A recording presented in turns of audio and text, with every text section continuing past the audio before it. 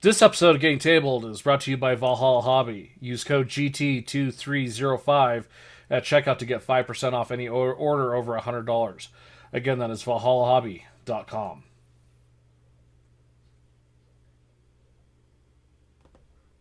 Internet. This is Getting Tabled. With your hosts, Jason the Bruce, You guy! George the Yang, I hope you're all entertained by my inaptitude. Jason aka Major Socks. We've been doing this and talking about various stuff. One of the stuff. Now sit back, relax, and get tabled.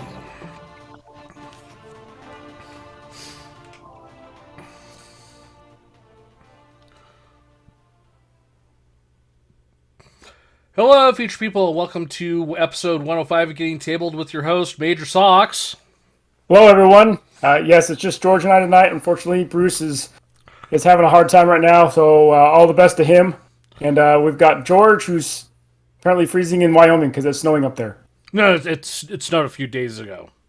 Oh, okay. Well, Thursday. Anyways. Yeah, it snowed. It shouldn't snow. Bruce said, I hate you all. Do it without me tonight. I'm like, all right. Don't have to be so mean. No, didn't say he hated us. No, he needed a break, so he's taking a break. He'll be back. Yeah. We've all had those days. Yeah, no, for sure. I usually have days like that on days that end with Y. That's about every day. Yep. Anyways. Let's jump into this stuff. Newly received or noteworthy information, especially about recent or important events.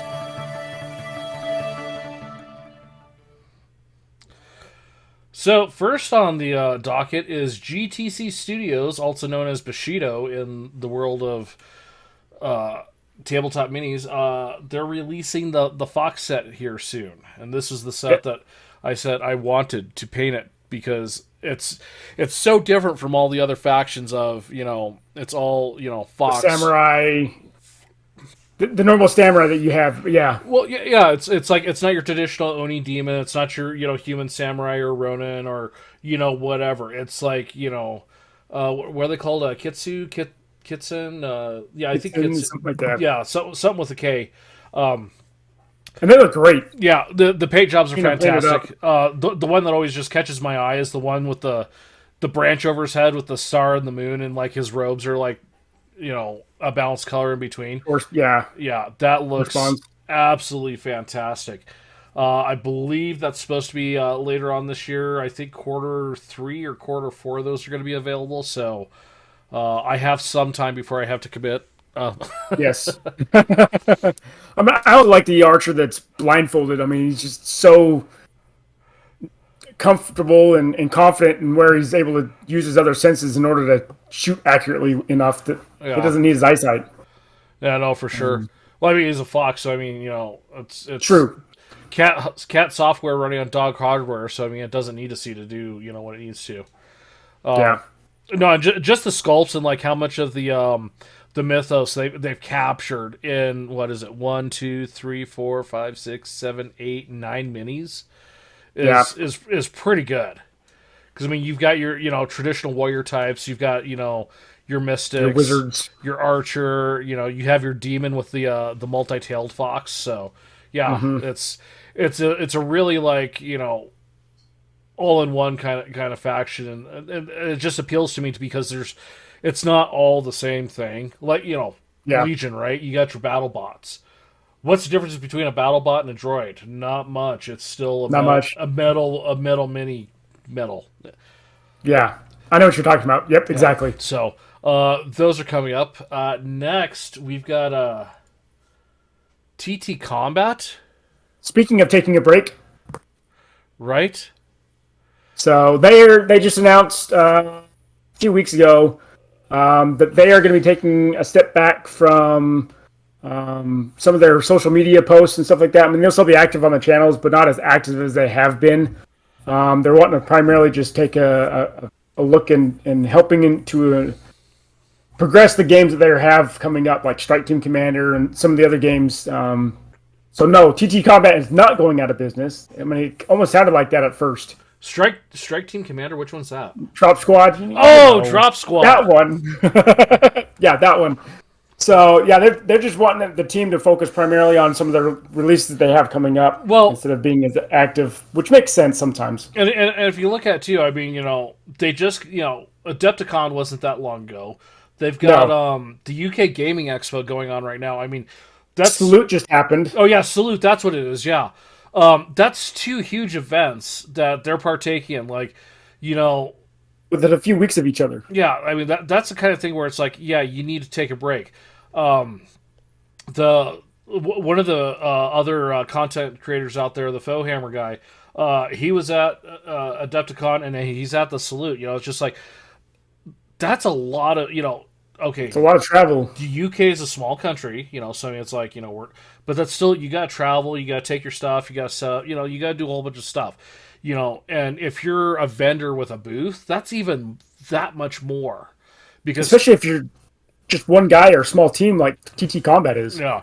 Well, I mean, even if they're not even on the smaller side, I mean, they're not, the smallest thing out there, but to move, transport, set up, and then to ship all that stuff, talk about it, and, have your,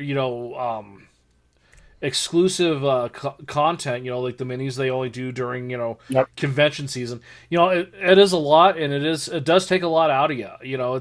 There's a reason why it's called vacation. Mm-hmm.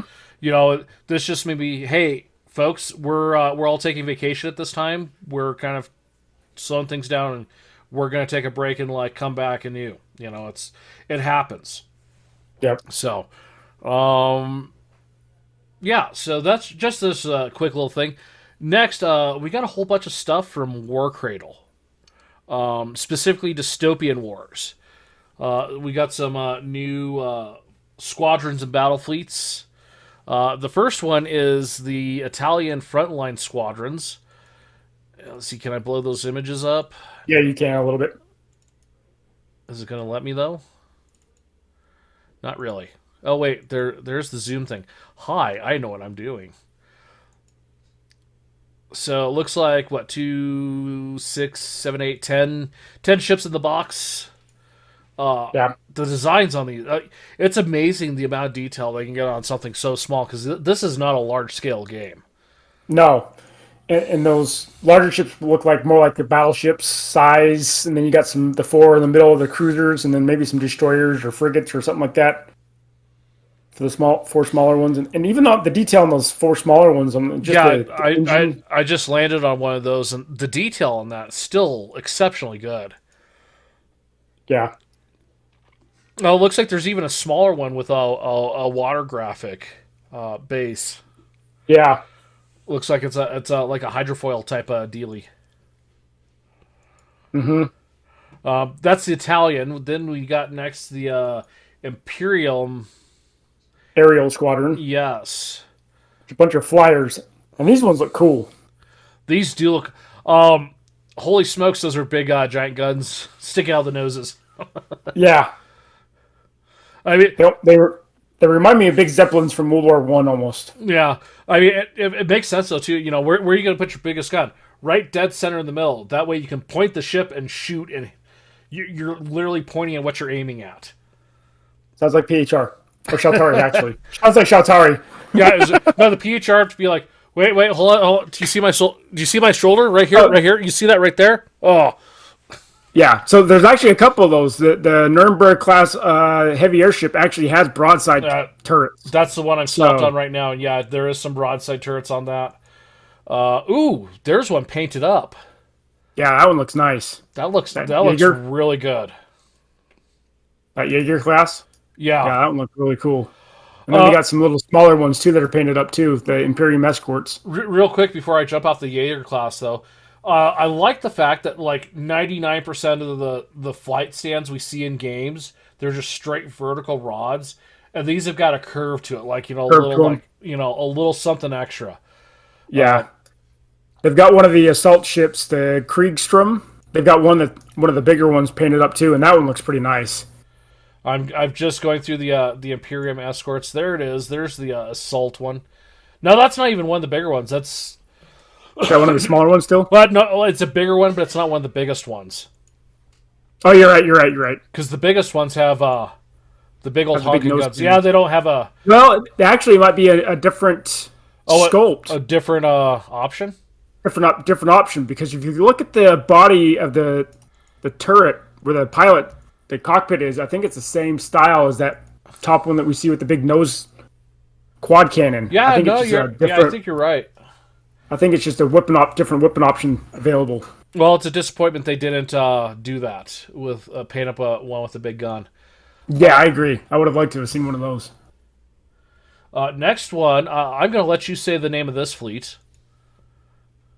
Hachiman? Yeah, sure. It's definitely Asian of some sort. Well, if you look on the box art on the side of the ship, there's definitely a Japanese. Yeah, Japanese there's flag definitely on a that. Japanese flag symbol on that one. Yep. And it looks like it is a big old carrier. Yeah, this is a battle fleet. So we were just looking at some smaller squadron-sized boxes. So this is our first new battle fleet set. And that carrier is huge compared to even the larger ships that it shows there. Yeah, it looks like there's a couple of variants for it. The one I've got up on the screen right now is the Akita class, and instead of a runway, it's got 3 turrets, where the runway normally would be. Yeah. Yep. Oh, look at the Masamoto class generator ship. That looks cool. With the clear plastic. That'd be fun to paint up. Yeah, that's the kind of like. Do you try to paint the clear plastic so it looks better than clear plastic can look, or do you just leave that to the end and just put it on and hope nothing happens to it? That looks like it's some sort of like focused ray gun kind of thing, and those are all like focusing lenses. Yeah, especially because if you look at the back of the right behind it, you have that little opening aperture. Yeah, that can shoot through it almost as it's being charged up. and then after it's charged up. and then the last photo of it is as a carrier. Yep. We started to get to some of the cruisers. Support ships. Yep. Yep. Those look like the little things that launch from the carrier. My guess is, well, they actually had some in the Battlefleet main box or main picture. They had some smaller air squadron tokens. So that's my guess is that's what is depicted on the carrier. Mm-hmm. So this little the Cheetah Automata is probably like submarine almost, possibly. Something like that, yeah. But the next ones are a Chubu class Hunter submarine, which that looks like a nasty little submarine Yeah. that can actually like ram. Mm-hmm. If you look at the bow on that, that looks like they could take an impact before it takes some damage. Yeah. Yeah. Heavy destroyer. Ooh, lots of broadside on that little guy. Ooh, the Hakido class option for the cruiser. That paint job looks amazing. Yeah, it does. I really like that teal green copperish. That's inadvertently, that's probably a really good almost camouflage for a ship. Yeah. I would have really loved to see that Matsumoto painted up. See how they painted the clear plastic on it. Yeah, no kidding, right? I'm sure that. I'm looking right now. We got the Umbozo class option for the support squadron. It looks like it's got drilling teeth on the end. Yeah. So yeah, there's some really interesting things. It's good to see. What's this? The Koromodako class option for the support squadron. It looks like it's tentacles. Yeah, that's what I saw too. Goes up there and just tears ships apart. I don't know. It does look cool though. It's really nice to see Wayland really take this intellectual property and run with it after Spartan Games had to close down all those years ago and support for this game stopped. So it's really good to see it still going. Yeah. And then our last battle fleet is the Gloriana battle fleet set. which I'm trying to see which style from around the world it would be. English, maybe, but I'm not sure. That looks very Imperial or American with that horse figurine on the front. Yeah. Or Roman or Greek. I would say it's probably, like a UK thing, because if you look at the box art there in the corner, like the emblem, it looks very, Yeah, like, you're right. very, very part of the crown with that logo. No, you're right. It does look like that.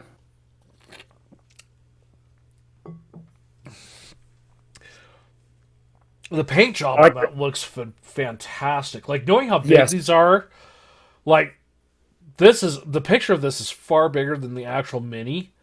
So to see it like that blown up and up close and still see that kind of detail is amazing.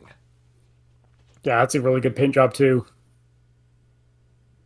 Looks like it's got torpedo tubes on the front. Almost.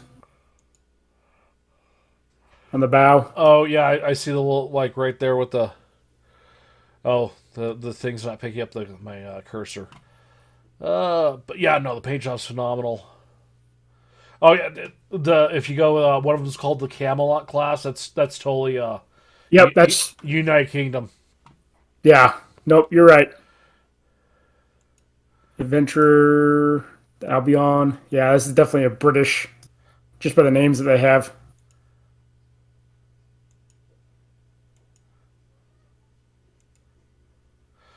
The barrels aren't drilled out. Shame. Yeah. I mean, even the airships are pretty cool.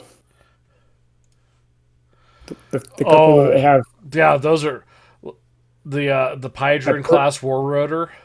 Yeah. Yeah, that's freaking cool right there. It's a baby shield helicarrier. Yeah. Tin Tangle class Battle Rotor. That's pretty cool looking too. Mm-hmm. It's also got a fun name. Tin Tangle. Yeah. That Saxon Scout rotors.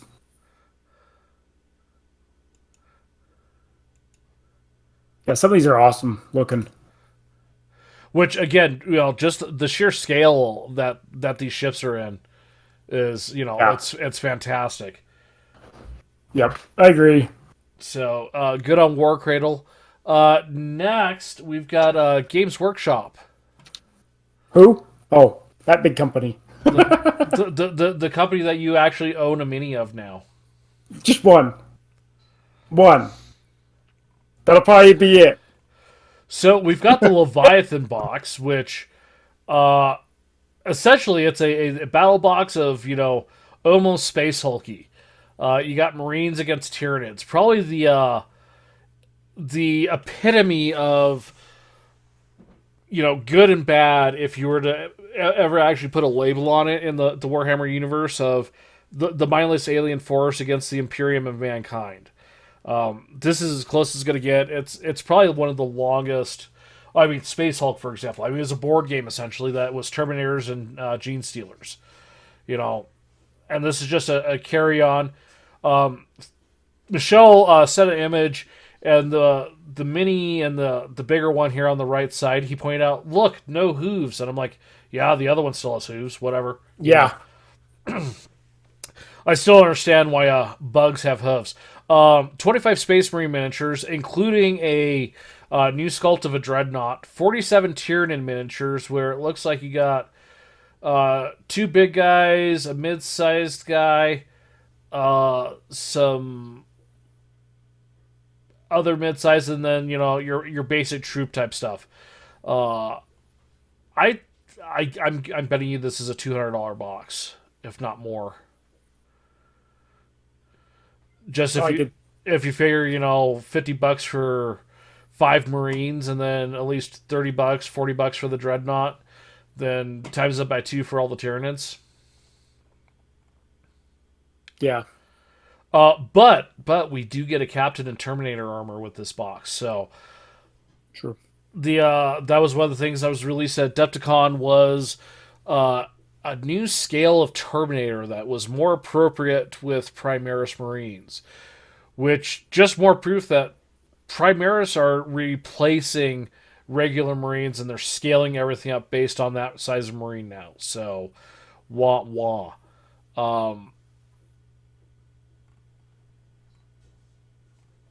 Yeah, these do look good.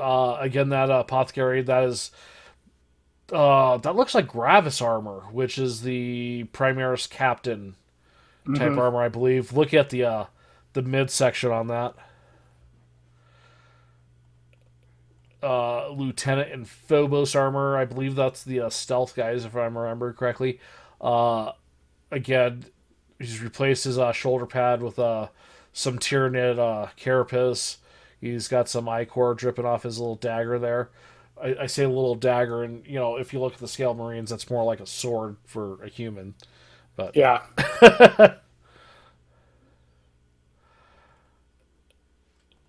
yeah, here we got some of the new scale Terminators. And then, Primaris Flamers. That's something that I wish we still had the old template for, because, that was perfect for killing lots of bugs. Because bugs like to get all close together, and then you just get your Flamer template, and you just lay it on there just right so you hit as many as you could. Oh, those are the good old days. And then a Battlist Dreadnought. So it looks like a twin las cannon with a rocket launcher and heavy boulders mounted in the midsection. Based off the, I believe it's Redemptor chassis is what the Primaris Dreadnought is. You see, look, okay, winged Tyranid Prime. Look at that, Socks. He's got a hoof. Yeah. He does have a hoof. It's a hoof. Those don't have feet, so that doesn't count. Scream Killer, hooves. Ryan Sleeper's hooves. Termagant's hooves. Neurogods, they've got hooves. Barbgon's hooves. This guy, the Psychophage, he doesn't have hooves. Nope. It's like one. Two that don't have hooves. Because the Nero Tyrants don't have hooves. They have They have tentacles. But yeah, so 2 out of the entire box. Yeah. So. And then also from Games Workshop, we've got Get Off the Road. Of course, being a reference to one of the most famous lines in the Return of the King series. And it looks like it is a diorama piece where you got the 4 hobbits hiding out of the tree roots as the Witch King rides by on his less than healthy looking steed. Yeah. So, great scene in the movie. I thought the portrayal of that was great, especially when the Witch King got down, put his hand on the tree, and all the bugs were like, we're out of here. So yeah. Oh, so further on down, it breaks down to like how it pulls apart so that, you can use the Witch King or the hobbits in a game, it looks like. Yeah. That is a really, really good looking miniature. Yeah, it is. I'm guessing that's probably also at least $100 mini. Even with the scale of the Lord of the Rings stuff being smaller than the regular Sigmar and 40K universe. Okay, and then moving on into Fireforge Games. We got a couple of sprues here for, it looks like some Samurai Warriors. Oh, hey, yeah, the link actually says Plastic Samurai. Various weapons. You got your traditional Japanese flag. It's really interesting, like that flag design. It's got the post coming up and the pole going back to hold going out. The banner, nice straight. To this day, still, they use that same design for flags on the side of the road in Japan, which I think is really cool that, they figured something out, hundreds upon hundreds of years ago, and they're still doing it. Why change it? Show me something better, Yeah. And then next we have Ashigaru, which I think are more of the peasant type foot soldier based off the hats. Remember, hats dictate rank. Just about everywhere. It's true. I guarantee you, your dress cover is way fancier than the dress cover of a peon, right? Mine has a little bit of a silver braid, or I can wear the bust wheel. You got like extra broguing and stuff like that. Yeah. See, hats. Look at the Pope, big old freaking hat. Yep. Anyways, these are good looking kits. I'm going to go back to a rant I had a couple episodes ago of too much plastic. These sprues do not have too much plastic, in my opinion. No, you're going to have a few extra heads. And arm sets. But yeah, I mean, but that's because you could have your army all with the pike, one style of pike, or all with the extended katana sword. Yep. Or whatever, and so... Yeah. No, I was actually going through and I was clearing out a lot of my unused hobby stuff, and the amount of full sprues that I was disposing of because it's full of arm poses that I didn't need or use, and so it's just like the number of absolute full sprues. It was just like, it's taking up space, it's collecting dust, I don't need this, purge it, make space for other hobby crap to fill up with for the next 5 years. But still, it's like, so it's good to see kits like this where it's like virtually everything will be used. And it's like, oh, there's like 10 things left on it. I don't care. So, yeah. Next on the list, I'm kind of interested in the Omni miniature, or not miniature, modular display case. Yes, modular. It's on Kickstarter. It's got 25 days to go. And as folks are watching right now, we saw it jump up several $100s. The initial pledge was $5,000 goal. They're currently at $197,000 plus. So they have crushed what they were hoping to do. And still have 25 days to go. I mean, so they could go even higher. Yeah, 25 days to go, and they're like killing their option. What they're looking for. Yeah. Let's see here. Pledge without a reward, $10 back because you believe in it. So $48 gets you the Omni STL file and all stretch goals. Estimate delivery is June 2023. Because it's an STL file. That's easy to deliver. Yeah. It's an email. Oh, yeah, for sure. So, let's see here. Oh, hey. Parts and pieces, put together, side panels, back panel. $69 gets you all the files.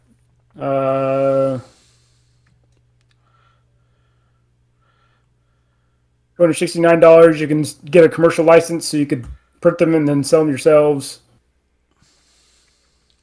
at a discount. And then $299 is also the commercial license, but those are unlimited. So it looks like there's a limited of the last chance discount. So they got 7 out of 15 left. The one thing you'll have to do if you do want to have a front display on it, or a front panel on it, is you will need an acrylic sheet, an X-Acto knife, a ruler, and a pen. You will have to cut and make your own glass front panel. That being said, though, too, I've seen a lot of companies out there where you can get custom cut acrylic sheets sent to you. So for something like this, well, like, okay, I'm going to do 10 this size, order 10 sheets, and literally all you'd have to do is hack the corners off, and then boom, you're done. So that's how I would do that. The fact that I'm actually looking at getting a Anycubic Cobra Go or Cobra, I haven't decided which one yet. I may have to look at getting this as like something to hold stuff, because I know I'm doing gonna get the Organizer STL so I can make display cases and like storage racks for holding stuff that's work in progress, and like have a place to sell my minis when I'm working on them. But this might be something to look into, is like displaying the minis after you're done with them. So I'm looking at the stretch goals, and one of them is a dwarven style edging for the display case, and it looks awesome. It does. Ooh, a mini hex riser, so you can have like a staggered display. Different tiers. Yeah, I like that nice. Too. Terrain accent pieces.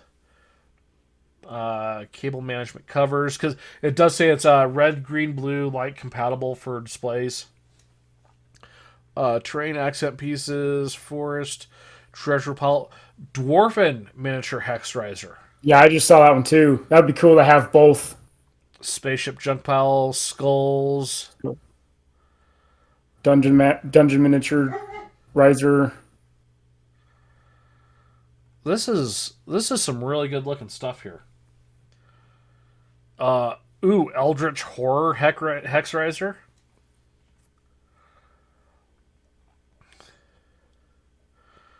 So the current next stretch goal unlocks at 60,000, and as we saw, they're 197,000. So no, it's already unlocked. They're just waiting for the rendering of whatever they're going to do. Yeah, because it's a backer selected theme case. So the backers are deciding what kind of a theme they're wanting. They're just waiting for the render to come through. So it's already been unlocked. Oh, okay, yeah, because now I see the Dwarven Cable Management, the Sci-Fi Pedestal. Yeah, because they got another one down below that's 150,000 stretch goal, and it's unlocked. It's a Hellscape diorama stand, so they're just waiting on that rendering too. So I think this is Eldritch themed case. Yeah, this is cool looking. Because you could have a case for each of your game systems based on some of these different themes that you have available.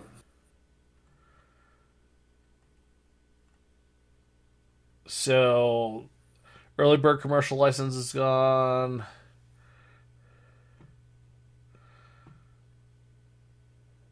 $69 and you get all of that. Yeah. That is super tempting. I'm gonna have to put this on my list of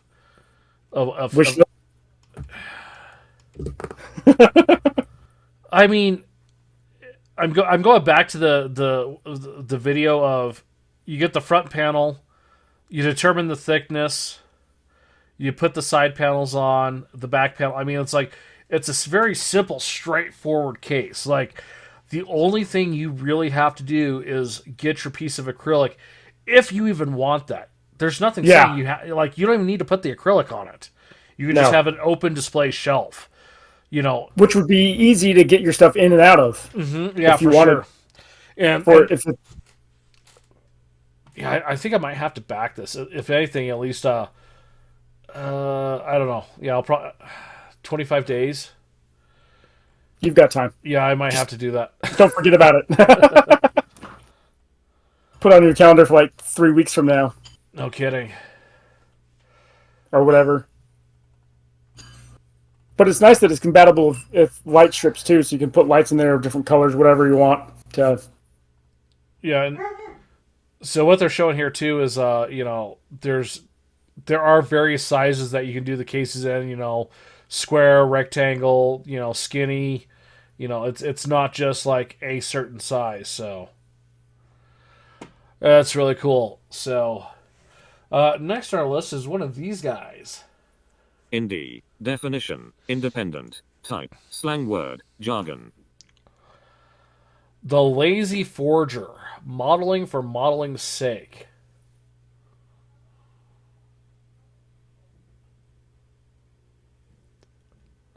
Wait. I changed it. Oh, you changed Last it. minute. Thanks for letting me know. I'm showing the completely wrong thing. Sorry. Let me copy this link. And let me paste this link. We're looking at Dungeon Torch. Because I was looking for... So I have some split rail fences for my American Civil War stuff, since I was wanting to try and find some 15mm scale stone walls. And happened to come across this site. Because I have some that might work for me, but they've got a full range of all sorts of stuff. So the one that I really liked was the Viking set down at the very, very bottom on the left hand when you scroll down. Some of these buildings... Vikings. very, very cool. Oh yeah. With their sail ship, their barbarian ships, and even just their houses. You could have a lot of fun with some of this stuff and D&D. I mean, it says right there on their page D&D, and you can go from 15 mil all the way up to 32 mil because these are STL files. So,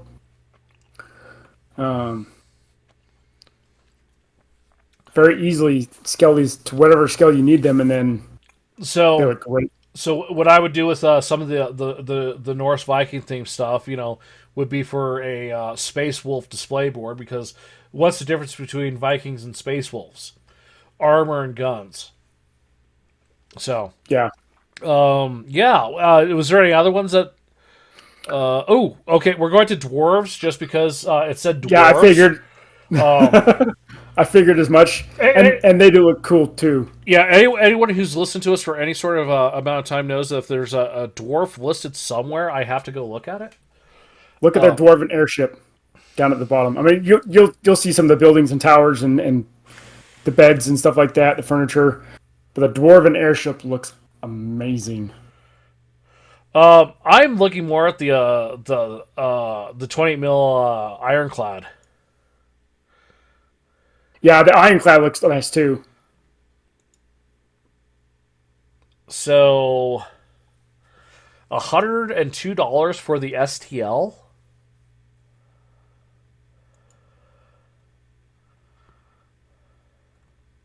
Oh, actually, that's you get that printed. Yeah. So. Yep, you're right. I was about to be like, that's a bit expensive for an STL file. You might be right. Those might be. But yeah. Oh yeah, that's probably from the $5 for like the Karn for the going back to the Vikings is probably, if you want it at a 15 mil scale, you got $5.50. So yeah, you're probably right. That's probably not the STL file. That's probably for the actual piece, which still isn't. I mean, look at that ironclad or the airship, depending on how big the airship is. I want to say the Lords of Calderon, Age of Sigmar army, they have a flying ship that I want to say is like $80-$90. So I mean, it's not too far off. They've got dimensions for the airship, and it's just over 14 inches long, 8 inches wide, and 11.5 inches in height.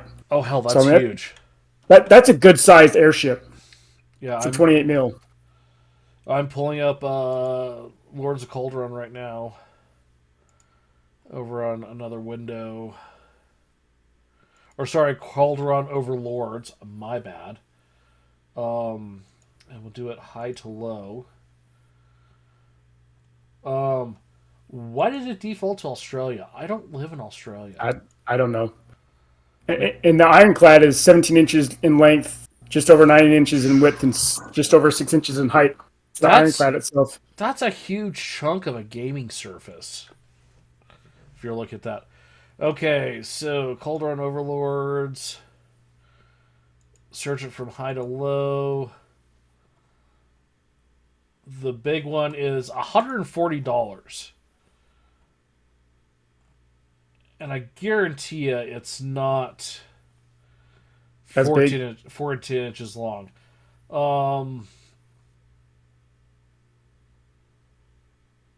It's maybe 8 inches long. It's the size of a Imperial Knight Titan base, which is about yay.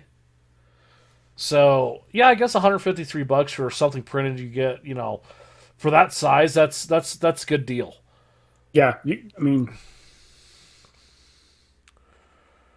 what else we got here?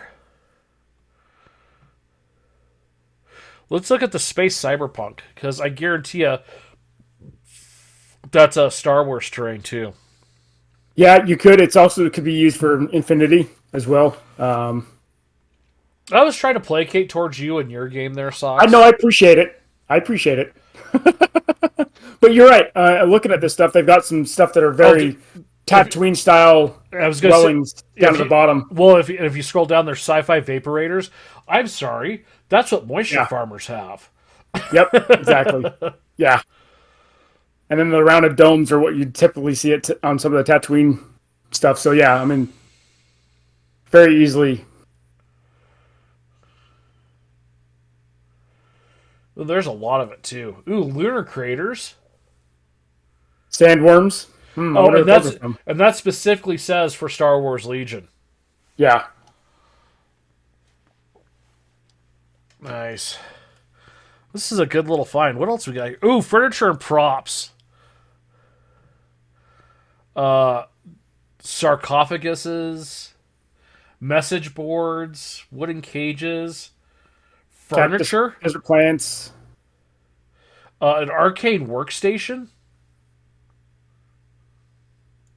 I'm going to click on the arcane workstation.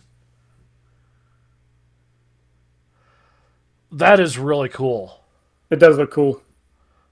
All the sci-fi steampunk-ish. Yeah, I was going to say it's very Victorian steampunk. Yeah, not sci-fi. You're right. But it's very much steampunk, Victorian. Sci-fi falls into it's You not can a little bit. it's not modern sci-fi. It's historical sci-fi. Yeah. I'll let you slide on that. Oh, hey, you can get cactuses. Yeah, I saw that.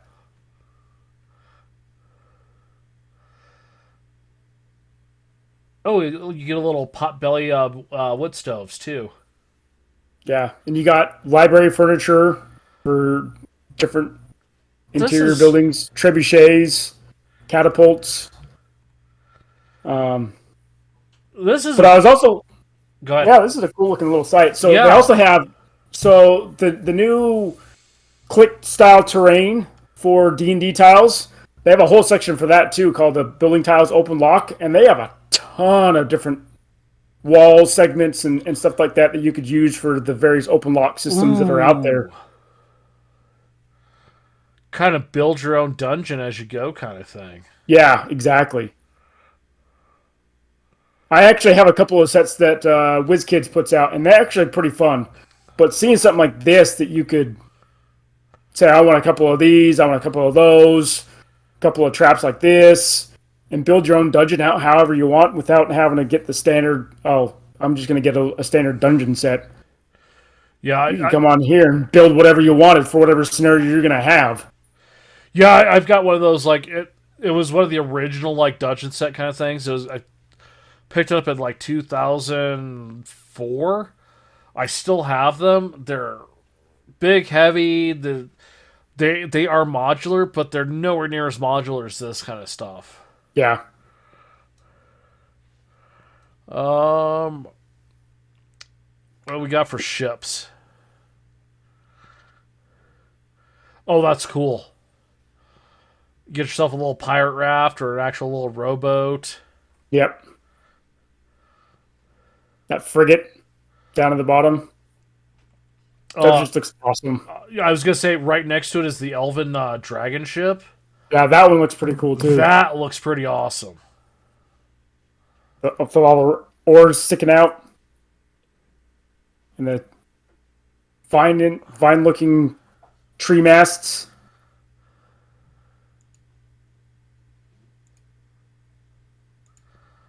That is really cool. So yeah, it's just something I stumbled on when I was just looking for 15 mil scale walls, stone walls to be exact. Good stumble. Check out the post-apocalyptic real quick. Oh, go into the post-apocalyptic. Yeah, You got impaled skeletons, sandbag walls.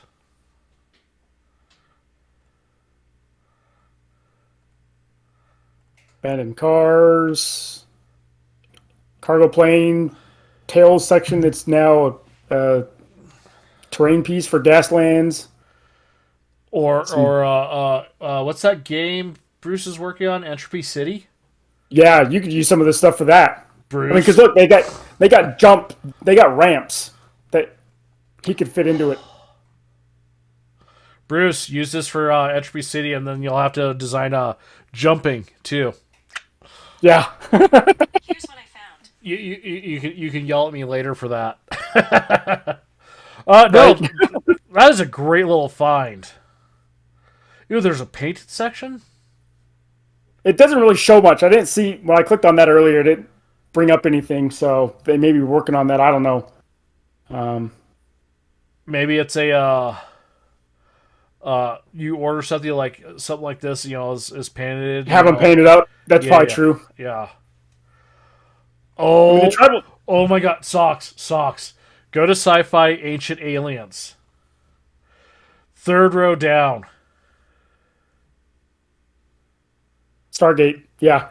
That is totally a Stargate. Oh my God, that is so cool. I mean, and as far as sci-fi goes, like, I love how the whole premise of Stargate just really took off, and like we were nothing in the whole grand scheme of space travel and everything. To, hey, we're going to build a bunch of really big ships with the help of this other ancient alien race that decided we're okay, and continue to be the jerks that we have been. Yeah. Go to the tribal one. The tribal one's pretty cool too, because you could turn this into like an orc camp or a goblin camp of some sort for D&D or even Warhammer. Or Sigmar. Or the lizard men, like you've got a mini of. You could get some of this and Good. Get the entire army, and then you'd have a display board for it too. But I mean, some of these are pretty cool because they got a whole wall, ramparts, and a gate section and some towers. Oh, the tribal house. Yeah. That looks so amazing. With all the skeletons and the... Oh, hell yeah.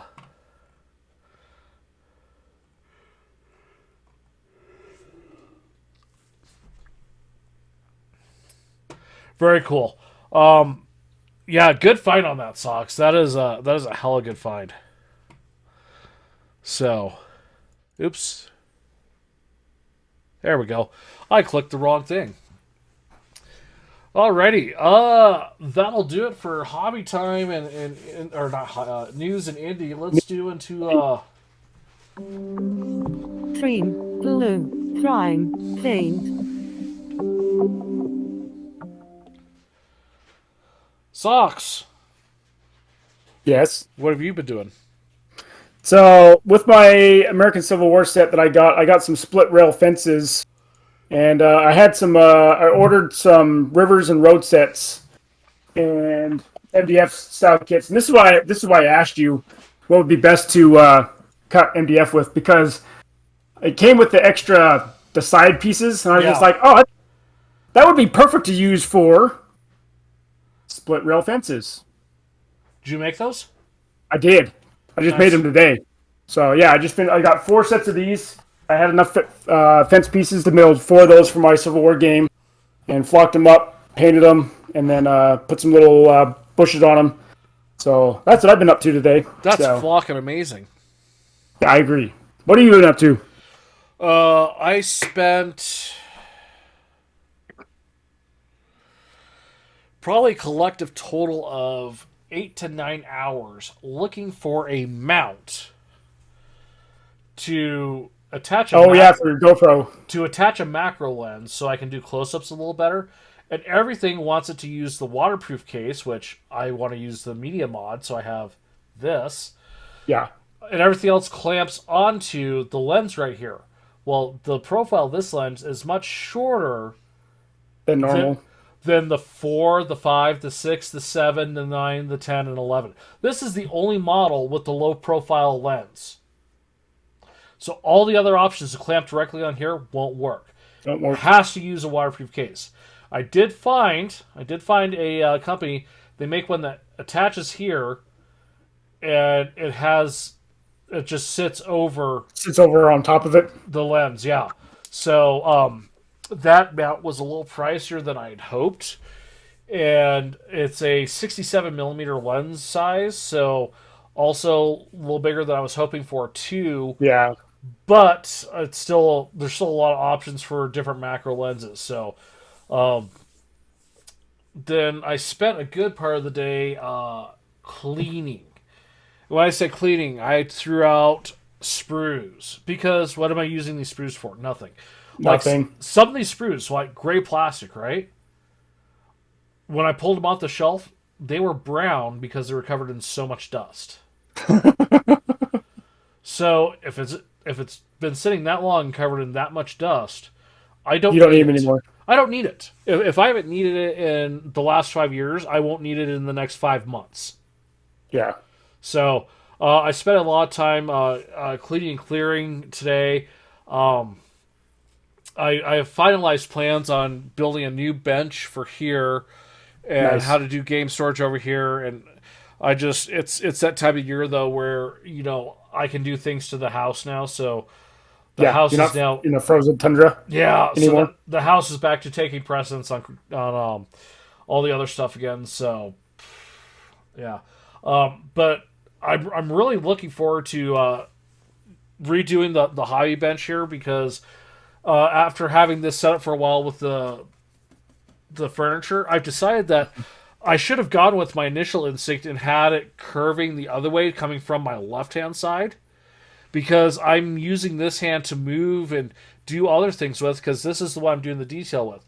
Having this right here, this arm can't do anything. It just sits here. I'm having to put the brush down, grab something, move something. So when I do that, I want to flip it around so that it comes this way so that I can reach and grab and move with my right arm a little easier.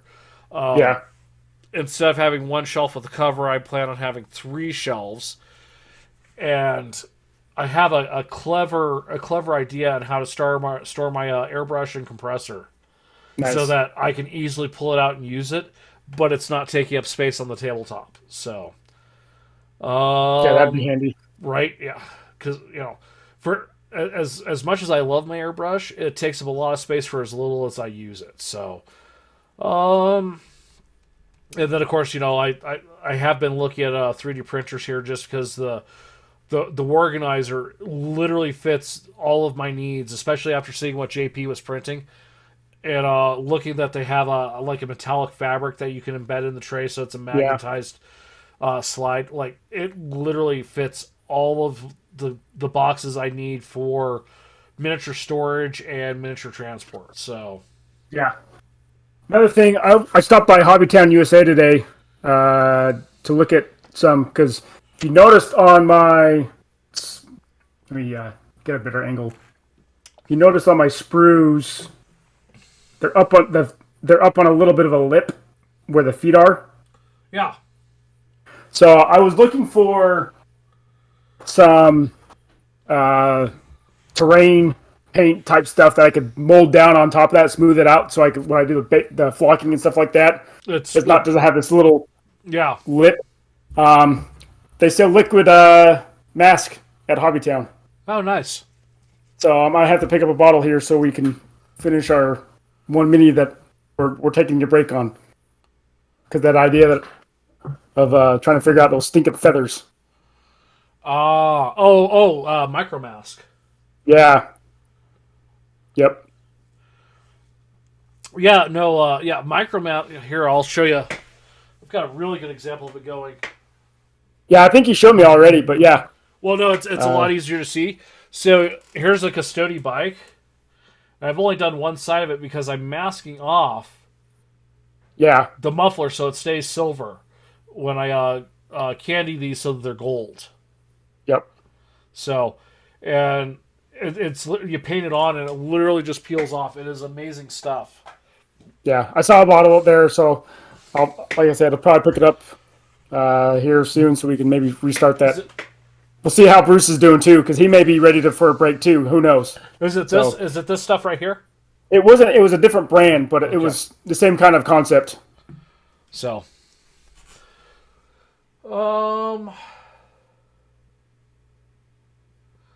that's about it, really. I've kind of moved stuff around. I've pulled down a bunch of stuff. I think I'm gonna force myself to put more things together so they can at least go into the storage cases I already have, or not sit in boxes anymore. Yeah. So I guess we're gonna go move on to Talk nerdy to me. Some game talk. some game talk. Yes, we are talking about, what did Bruce put in here? The space station rules for Dropfleet. Ah, it is the space station rules for Dropfleet. Let's see. Can I get this changed real quick?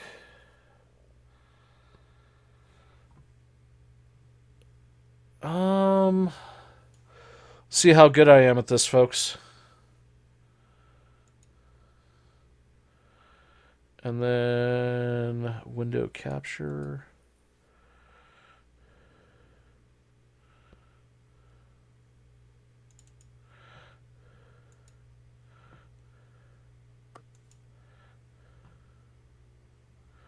There we go. All right, fleet space stations. Dropfleet Commander has really pushed out the space stations. Back when the game first launched, one of the first releases after the initial Kickstarter and the fleet boxes and stuff like that was the space station box, which it was like $50, and you could build at least A lot, a dozen, depending on how big you wanted them. Yeah, I mean, I built. No, did I build them or did I have Michelle build mine? I think Michelle did yours. I think Michelle built and painted some for me, and I got out of that one box 2 or 3 large ones, about the same number of medium ones, and like 5 or 6 small ones, and so I got close to a dozen of different sizes. And then Beasts just that one kit. Yeah, and then Beasts of War. I mean, they used more than one kit, but they made that mega space station that was it was Babylon 5, and it was pretty much, a couple feet long, so. But now it had ships docked to it. Yeah, and that was just essentially UCM stuff. You could kind of argue some PHR, but now we do have some Scourge, we do have Shostari, and we do have UCM specific stations. So yeah. Actually, all 5 factions, because we went over the other 2. That's right. Yeah, we went over some of the Resistance ones, which I don't disagree with how they did those, because the Resistance would have found a way to use those chassis as a ship instead of a space station. So we're gonna start with a small space station. A small space station has a scan of 6, signature 4, 0 thrust, 8 hull, armor 3 plus, point defense of 5. Hard points. This station may take one option from the space station armament list. The station may be upgraded with one of the following options: an Astrobotanical Lab for 30 points, or a defense grid for 80 points. So I think that makes the Resistance rules, where it's you can kind of customize your ships because they throw everything together. I like the idea of just doing that with space stations too, just because not all space stations are the same. If you look at Star Trek, where Galaxy class ships all look the same and everything looked the same. Even space stations were drastically different in the Star Trek universe. Star Wars, so I mean, it makes sense that even for a game like this, that they're going to be different and what's the word? Mission oriented. Mission specific designed. So, but before we go into the different other styles, they have some rules on here. So, as part of your fleet list, you can build or you can add one of these space stations to your fleet by paying the costs and add it to your normal fleet roster. And then during deployment of setting up the board, you can put your space station anywhere at least 12 inches away from your deployment zone, 6 inches away from any cluster, space station, or board edge, and 3 inches away from the field. And once it's placed, it stays there for the entire game. Hence the reason why when George went over the thrust movement of the small space station, it doesn't move at all. But then on your turn, you can activate it just like you would a normal battle group. So it's kind of nice. It gives you that option of activating your station instead of activating a group of ships. Because you may not want to activate a group of ships if you have a space station. You may want to have them, if they don't have a space station, it almost gives you a pass option to not have to activate one of your groups of ships. Right, yeah, for sure. So, but then your fleet space stations can gain or lose spikes as if they were ships, so they have that same rule. different weapon options or stuff like that, or some of the Astro Botanical Lab, for example. That helps. So going on to the medium space station. Which real quick, Yep. it's also worth noting that the small space station is an orbital satellite Yep. for 30 points, if I Yeah. missed that. So go ahead on the medium there, Socks. The medium is considered an orbital hub for 55 base points. It has a 6-inch scan, 6-inch signature, again 0-inch thrust, hull of 12, 3+ armor, 8-point defense, and it can take up to 2 options from the armament list, and it can also be upgraded with as a Astro Botanical Lab for. Your audio's cutting out, dude. Okay, is that better? I don't. So go. I think you were talking about the hard points. Yeah, I'll just go back. So the medium space station is considered an orbital hub for 55 points. It has a 6-inch scan and a 6-inch signature, 0 thrust, hull of 12 points, 3+ armor, 8-point defense, and can take 2 options from the armament list. And can also be taken or upgraded as an Astro Botanical Lab for 30 points and a defense grid for 80 points. And we have a large, which is an orbital city. That's 90 points.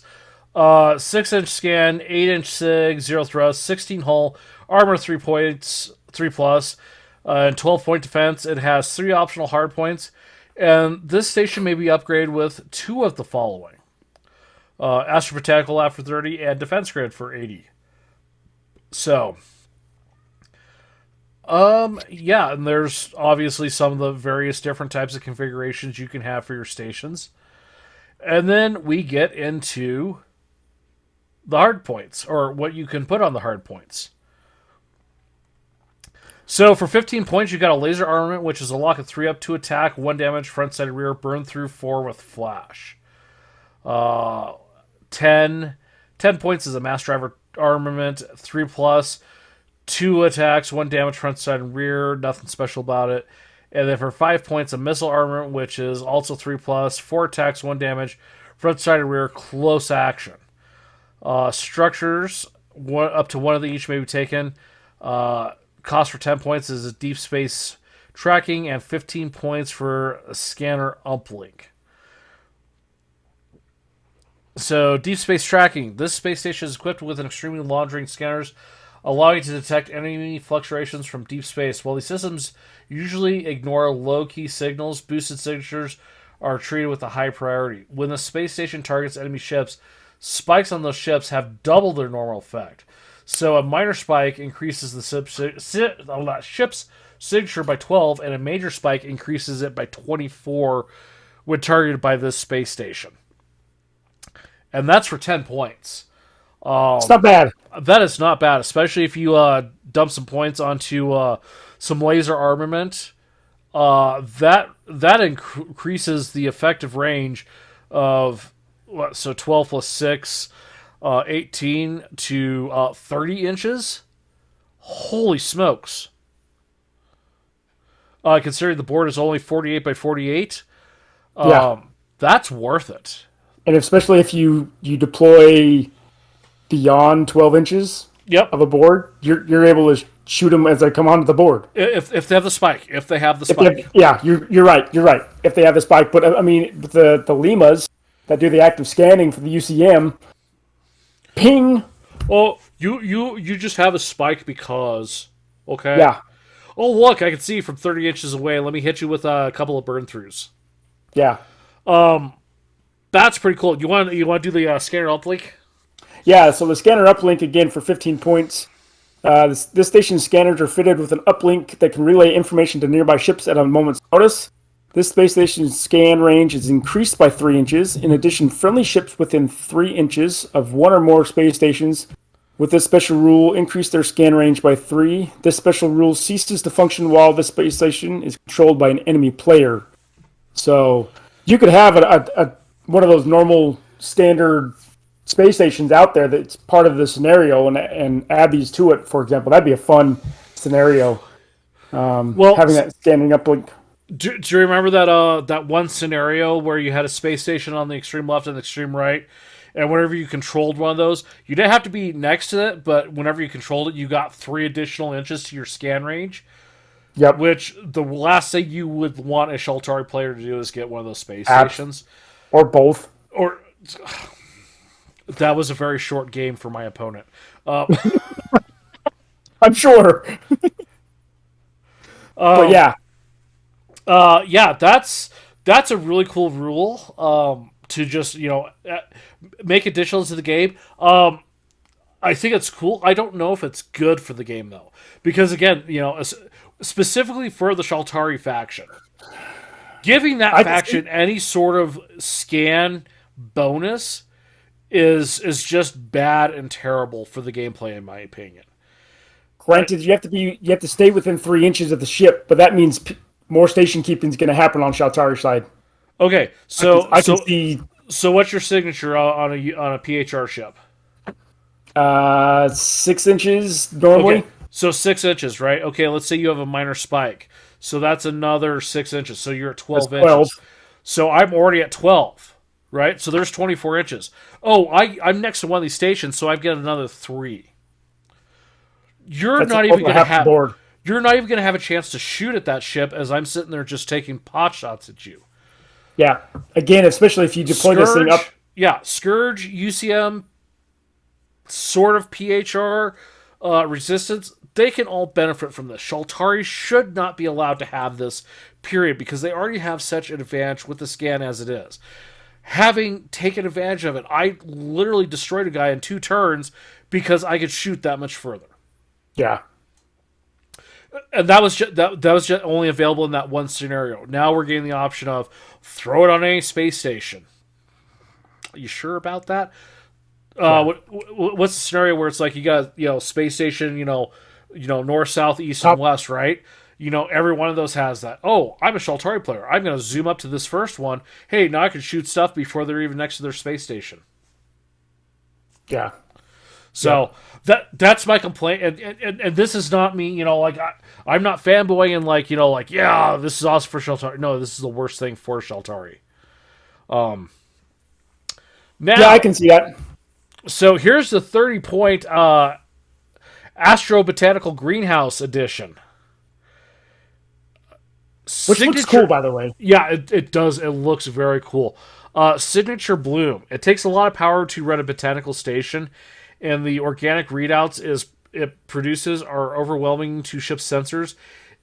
In practice, any ships close by are very effectively screened from scans unless their own power signature outweighs the station itself. The only way to stop this is to get in and switch off the hydroponics. So this, already, just from this description, seems like a really cool thing. Friendly ships within 6 inches of the space station are hidden within this bloom. Enemy ships targeting these hidden ships ignore any minor spikes with measuring range. However, major spikes are still used as normal. This rule ceases to function when the space station is controlled by an enemy player. So this is cool right here. This allows you to have kind of like some leeway of, yeah, I'll go ahead and do that and give myself a minor spike. I'm next to the space station. Doesn't matter. PHR would love these things. Oh, I'm sure. Just park right there next to it, bring our broadside to bear, and just open fire. Oh, minor spike? I don't care. Yeah. And it's 30 points. Like, that is a good tactical 30 points. Yeah. Agreed. That's almost too good. I don't know about too good for 30 points. Again, as a Sheltari player, the other factions need all the advantages they can get when, trying to determine range against Sheltari. So, be able to negate out 6 inches, that's pretty solid.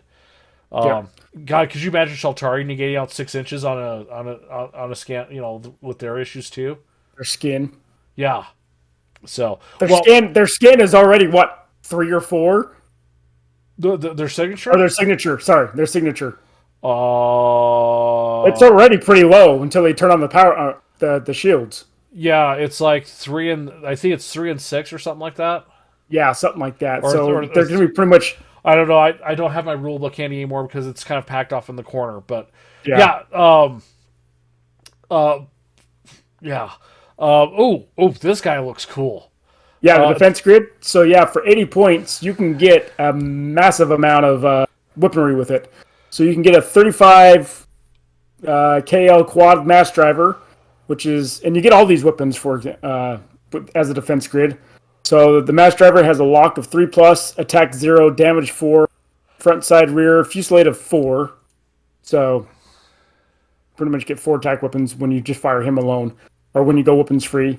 And then you get 9 KS mass driver, which is a 2+ lock, 4 attack, 1 damage, front, side, rear. You got 2 of those. No special rules on either one. And then you got the 18 missiles, which is 3+. You have 2 of these as well. 3 lock, 6 attack, 1 damage each, front, side, rear, close action. So some pretty heavy firepower on this coming from this defense grid. So real quick here, Socks. Let's do this quick math. A small space station is 30 points. Add a defense grid, we're at 110 points. Yep. Add the deep space laser tracking.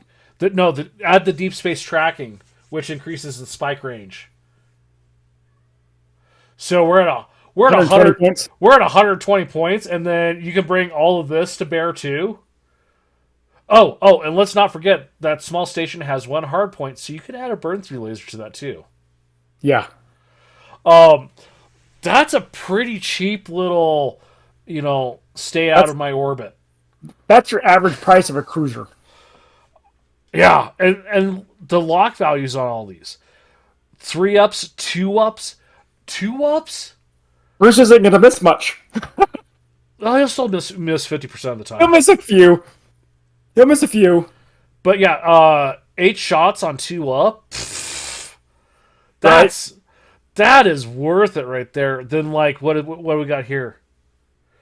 12, 16 essentially. 16 shots at 3 up, essentially. Yeah. Yeah. If you're at close action, yeah. That's. Well, okay, yeah, that is close action, huh? Because those missiles are close action, but still. Yeah. Okay, so you got that fusillade 4 at your full range. 4 damage apiece. At a lock of 3. So. And if you hit, you're dealing 4 damage each. That's a nasty mass driver. Now we're getting into some of the faction specific stuff. This is what I've been kind of really excited about, especially for the Sheltari, because we've been seeing the pictures of what the stations now we can see which one does. Yeah, exactly. Yeah. So first up here we have a UCM defense hangar. It's a small space station. It's 60 points. It's a SCADA 6, signature 4, 0 thrust. Let's not even talk about thrust because it doesn't matter. Doesn't matter. 8 hull, 3 attacks, 2-point defense, specialist launch. Can launch 4 fighters and bombers. Then its next counterpart for the same price is a munitions platform. It is 6'4", 8 hull, 3 attack, 2-point defense with launch. Oh, it's got 4 torpedoes. Yeah. And the torpedoes are a thrust of 9, lock of 2 up, attack of 4, 2 damage each. So you can only launch 2 a turn because you've got 2 tubes that can launch, but you're limited to 2 each on each of those tubes. So in a sense, you got 4 torpedoes that you can launch 2 per turn. Right. And the stats on those they're not too terribly bad. So no. Next, you want to talk about the Scourge ones? Yes, so you got the Scourge Ephraia, which is 65 points for a small space station. You got 6-inch scan, 4 signature, 8 hole, armor of 3+, 3-point defense, and you got an Oculus ward, so it's a 4+ lock, 3 attack, 2 damage, front, side, rear, close action, and scald. So don't get anywhere near this thing. Scourge stuff has scald? Yeah. And then you got the Nematosist for 85 points. It's a small space station as well. 12-inch scan, 6-inch signature. Again, 8-inch hole or 8 hole, 3+ armor, 3-point defense. That is a Volcano Lance for 3+ lock, 2 attack, 2 damage, front, side, rear, bloom, burn through 8, and flash.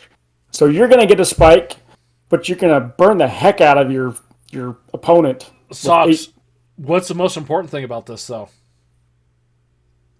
2 damage apiece. No, look at that scan range. That is Shaltari scan range. That is true. As a Scourge player, you're going to love these. That is straight up Shaltari. Like, everything Shaltari has, this is that. And then you've got, a 3-up, 2 attack, burn through 8. That is, for 2 damage? For 85 points. Potentially do 16 points of damage from this thing. Especially with a lock of 3-up. 3-up, you're gonna potentially get some critical hits going through. And a long string of critical hits. So, and then with the PHR, these are considered large space stations for both of these. You got the PHR defense for 105 points, 145. Sorry. Sorry to the viewers. I was the UCM and the Scourge. Those are all small space stations. So, moving on to the PHR Halo. Yeah, this is a large space station. So, 145 points. Orbital Spire is its name. You've got an 8-inch scan, 6-inch signature, 16 hull points, 3+ armor, 8-point defense. You've got a quad supernova laser, which is 3+ lock, 4 attack, 1 damage, front side rear, burn through of 12. Nice. And flash. And then you got a station turret ring, which is a 4+ lock, 6 attack, 1 damage, front side rear, close action. The turret ring has a special rule. When you make an attack with this weapon, roll once and apply the roll to all enemies within range. I so want one of these things. Wow. Wow.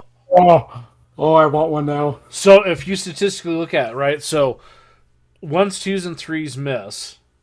Yeah. 4 and 5 hit. 6 is crit. So you have the potential of 2 hits and a crit every time you attack. And so every ship within that close range of 8 inches. 8 inches. That's pretty good. I like this one. That's what I'm ordering soon. That's pretty good. Some close action weapons are kind of hit and miss. This is right up there with good. That the Shaltari bombardment. That's bombardment or close action. Like, this is right up there with that. That's good. On top of the fact of, I've got 3-up. Burn through of 12. Yeah, burn through 12. Good. Your opponent's gonna fall asleep while you're rolling that many dice. Yeah. So the other option that you can take is the again 145 points for it. Same stats as the primary station, but instead of the supernova laser, you got neutron missile, 2+ attack, 2d3+2 attack, 2 damage each, front side rear, crippling, and close action. And then again, it has a station turret ring, just like the other one above. So either one of these is going to be nasty, because you can either take the 12-inch burn through, or you can take crippling close action weapons from the neutrons.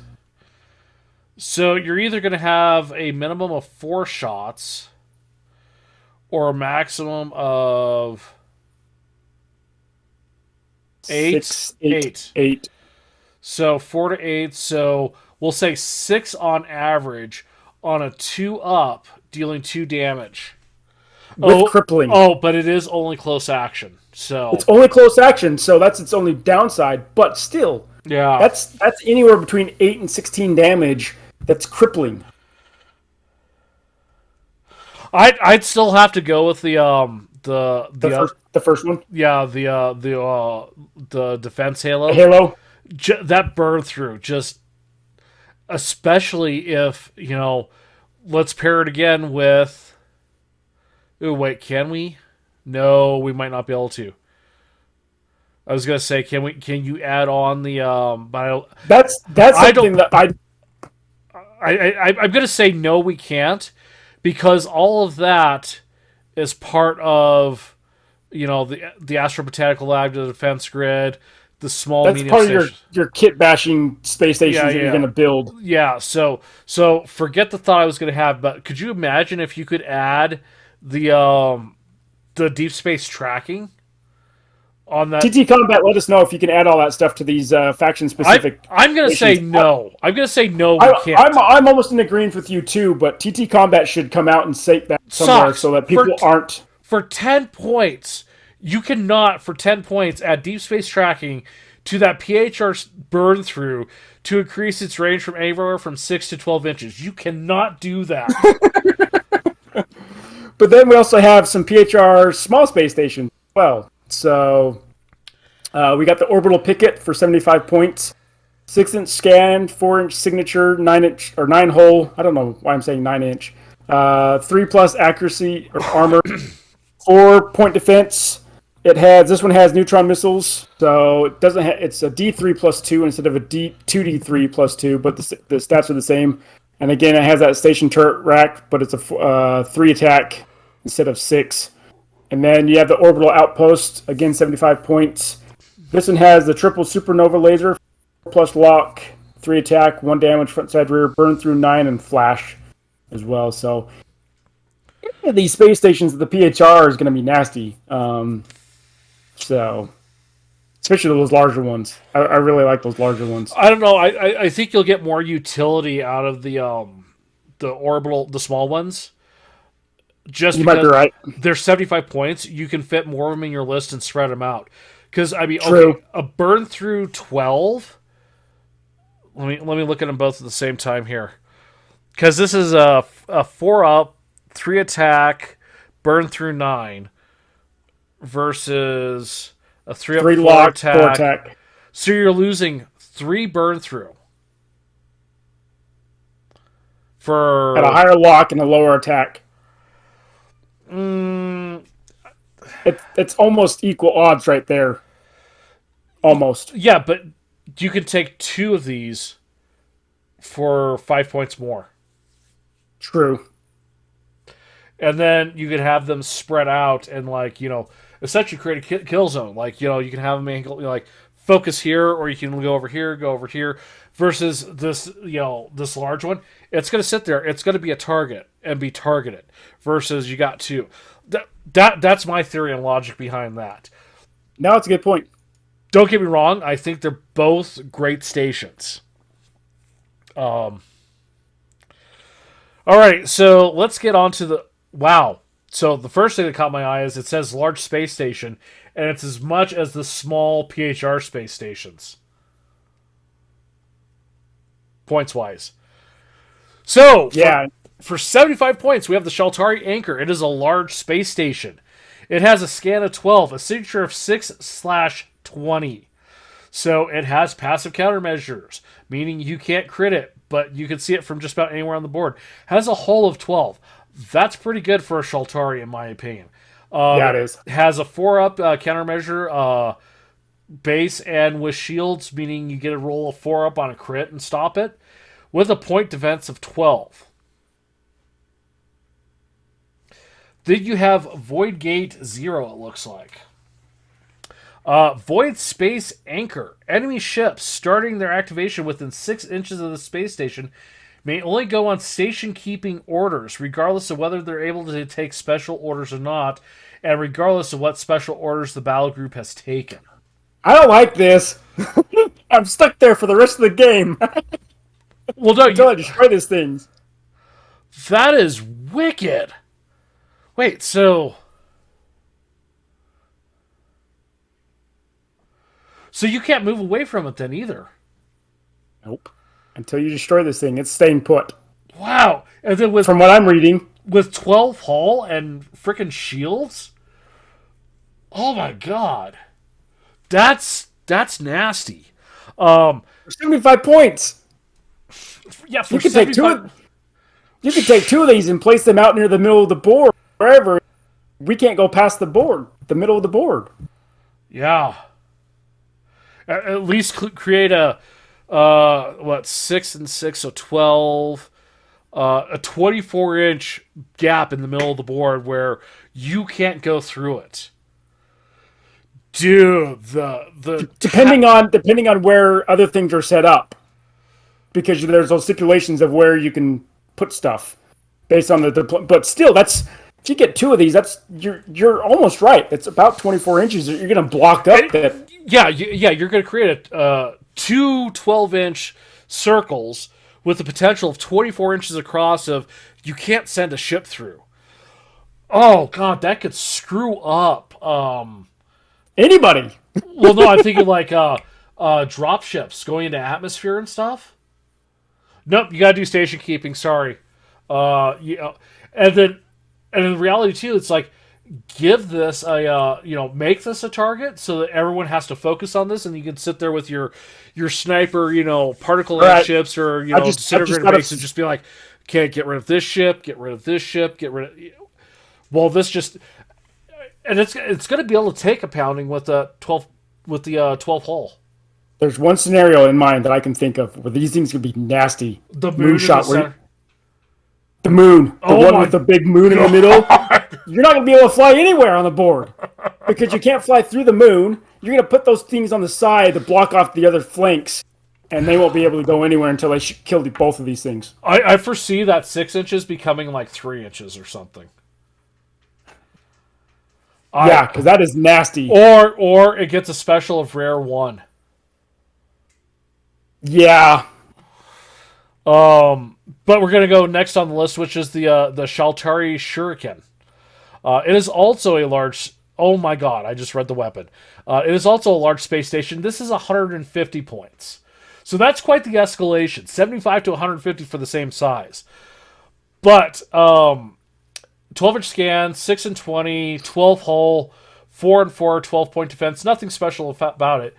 For its weapon, it has disintegrator banks, which are a 3-up block, 8 attacks, 1 damage. Arc is an asterisk, nothing special about it. Disintegrator bank. Instead of the normal arcs, Shaltari Shurikens have their own arcs. A shuriken has 5 arcs, each 72 degrees. The easiest way to define these arcs is to follow the line of the adjacent vertical veins, measuring from the flight stand as normal. Follow the arcs when shooting instead of the normal firing arc rules. The shuriken's disintegrator bank can be fired up to 5 times per round, but each must be in a different arc.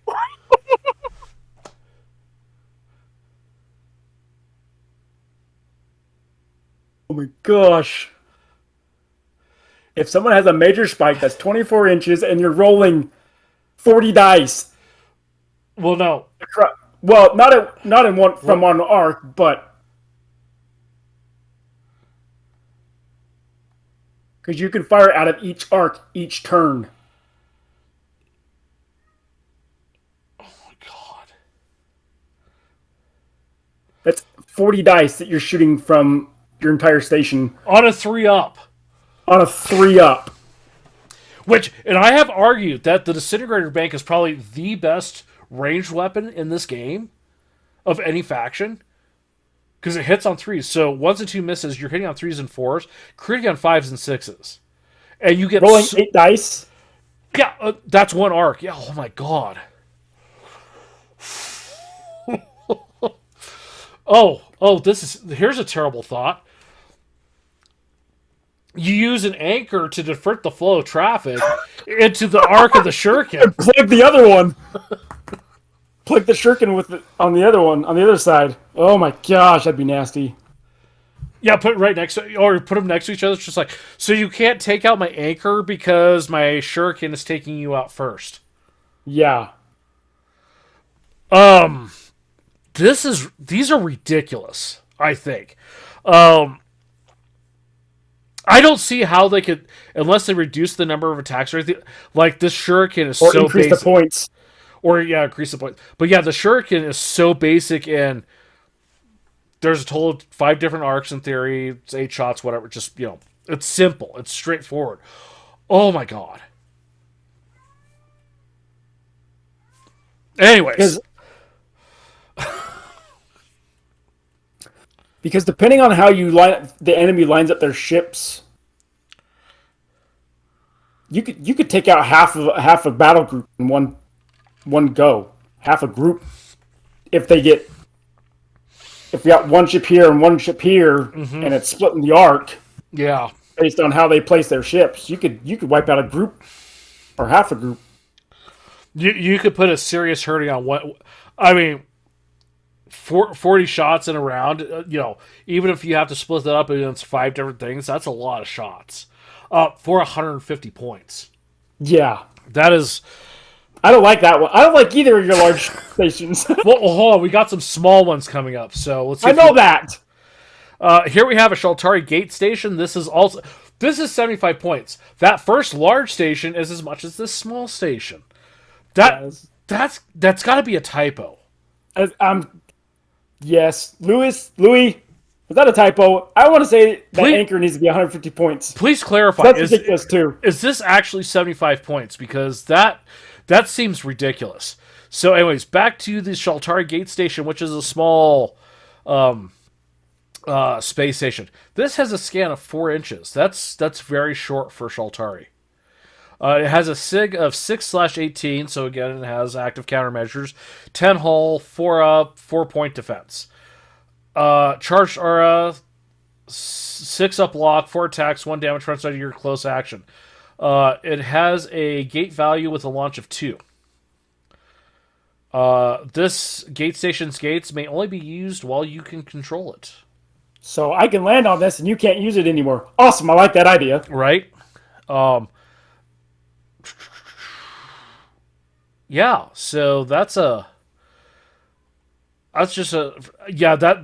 anchor has got to be a misprint on the points, since this one's also 75 points. Yeah, the small grav hook, yeah. Shaltari Grav Hook, 75 points. Again, 4-inch scan, 6 and 18, 10 hull, 4 and 4, point defense 4. Gravity Manipulator.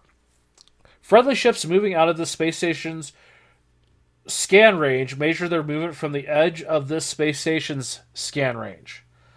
Enemy ships moving out of the space station's scan range measure their movement from the space station. The special rule ceases to function while you do not control the station.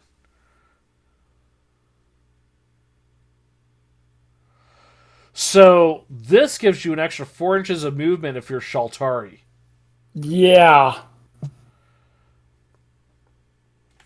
It's kind of interesting how, like... It is. Okay, so the Shaltari have a gate space station. Makes complete sense. They have a space station that's going to make anything within its range turn into a cloud of dust. But then the other 2 space stations manipulate space travel around it, either giving the Shaltari a range boost for movement, or hindering and stopping an opponent's ship completely. Yeah. Well, this one, the grav hook also decreases an enemy ship's movement by 4 inches, pretty much, because we measure from the space station when we're moving out for this grav hook. So you guys get a 4-inch boost, we get a 4-inch. Oh yeah. On our range, on our movement range. Yeah. So yeah, in a sense. Yeah, it really manipulates the this one and the other one. The other one that's got to be a typo. It's got to be 150 points. If not, it will be, because that's just so broken like that. Yes, I agree. That being said, though, I would probably still drop the points on 2 of those and shut down half the board for enemy travel. And put a shuriken right in between them. You're just mean. But I can see you doing it. Have you not heard what I've done with Shaltari and Disintegrator Banks? Yes. I love... don't get me wrong, as much as I love the original Particle Lance Triad, Disintegrator Banks were still so much better. And now we're getting into the Resistance Grand Station. So this is a medium station, and these are the ones I was complaining about they would find a way to use these as an actual, like, ship instead of using it as a space station. Yeah. So the Resistance Grand Station, it's 85 points for this one. 85 points for both of them, actually. The Grand Station has a 6-inch scan, 6-inch signature, 12 hull, 3+ armor, 4-point defense. Has a heavy vent cannon turret for 3+ lock, D3 attack, 2 damage, front side rear, overcharged, scald, and unstable. And then it has 2 XN31S mass driver turret pairs. It has a 2+ lock, 2 attack, 1 damage, front side rear, no special on that one. So that vent cannon, yeah, it's a D3 attack, but it's 2 damage, and you can overcharge it, so you can pretty much do double your damage depending on what you roll. So that's pretty nice. Plus, you have Scald. I was going to say, it also has Scald, so if they make the mistake of getting within your scan range, that's one off their armor. Yeah. I can't remember what Unstable does. Maybe I'd have to look that up. But obviously, a detriment to using the weapon for somehow. And then you have the Astro Botanical. I'm guessing that's an outpost instead of outpost. I'm guessing that's a typo as well. 85 points. No, it's like that one song. Our post is a very, very fine post. Yeah. Right. Again, 6-inch scan, 6-inch signature, plus armor, 4-point defense. It has the normal vent cannon turret, as the other one does. This one has this, just like the Astro Botanical. So friendly ships within 6 inches of this space station are hidden within the bloom. Enemy ships targeting these hidden ships may ignore minor spikes.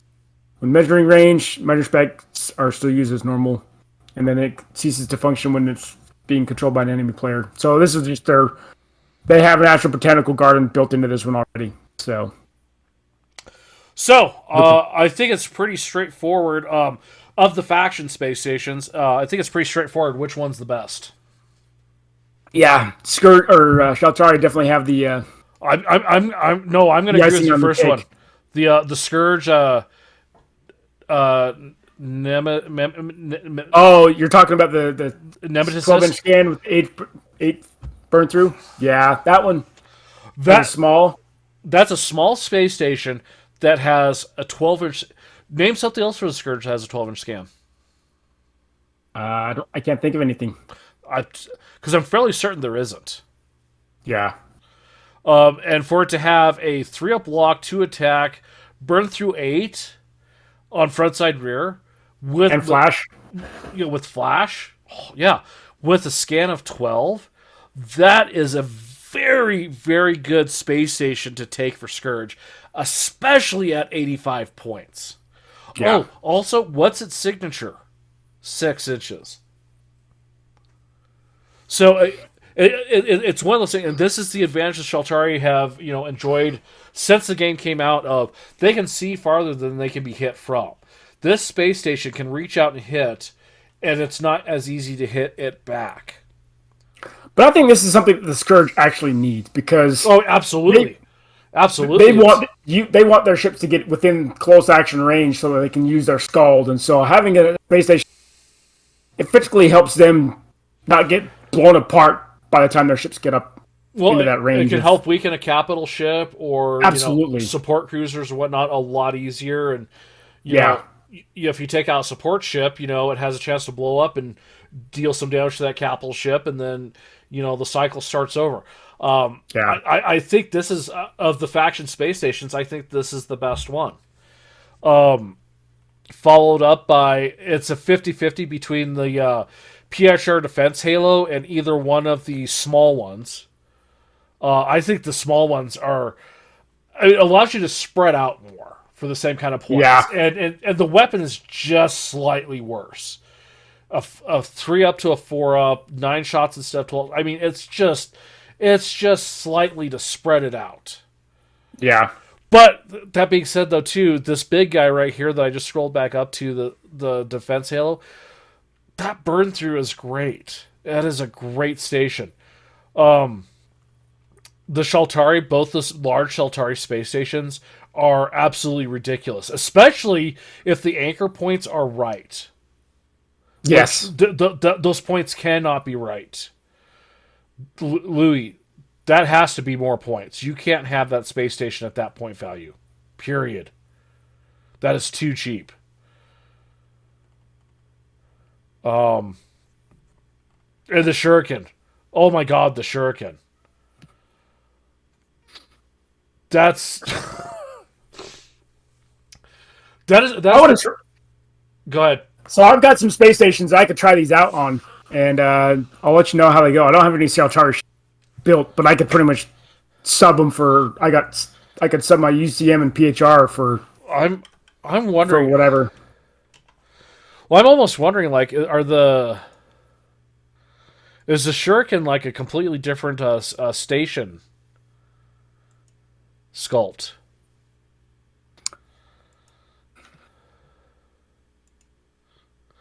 I think it's the same. Okay. Here, let's do this. I'm going to change the window capture, and I'll send you a link.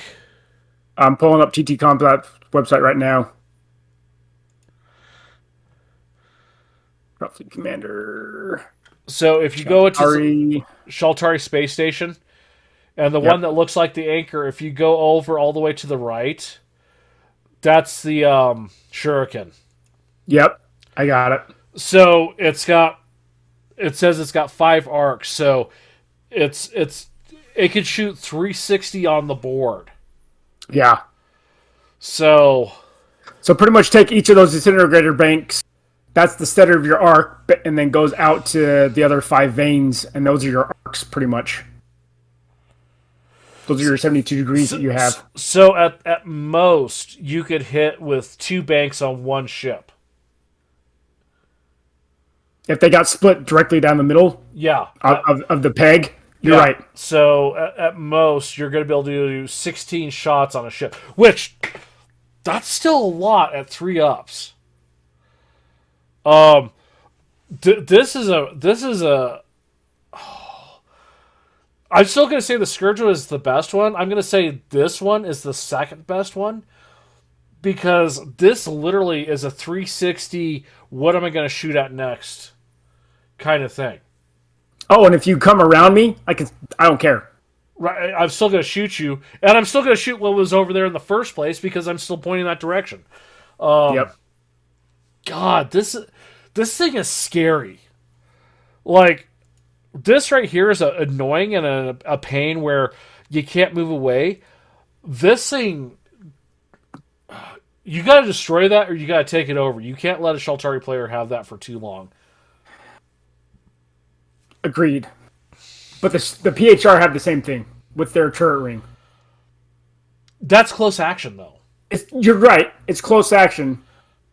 But it can still do that. That turret ring will do a lot of damage. But I agree. You being able to use your 12 or 8 inch or 12 inch, 12 inch, 12 inch scan, 12 inch base scan plus whatever the signature is plus any spikes.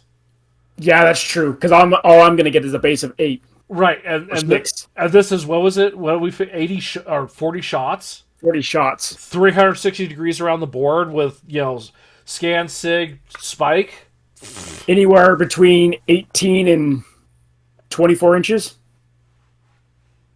That's nasty. Or the Shaltari head-to-head matchup and they put their shields up. That's even further. Yeah, that's true.